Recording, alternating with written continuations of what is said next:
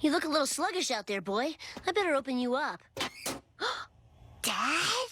Bart, I'm sorry. I could never build a robot this awesome. I'm a fraud. Round 2. Oh, no, Dad!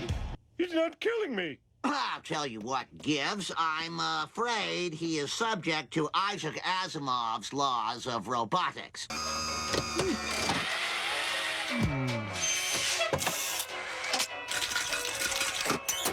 He knows just how I like my martinis. Full of alcohol. And the winner is nature's greatest killing machine, man!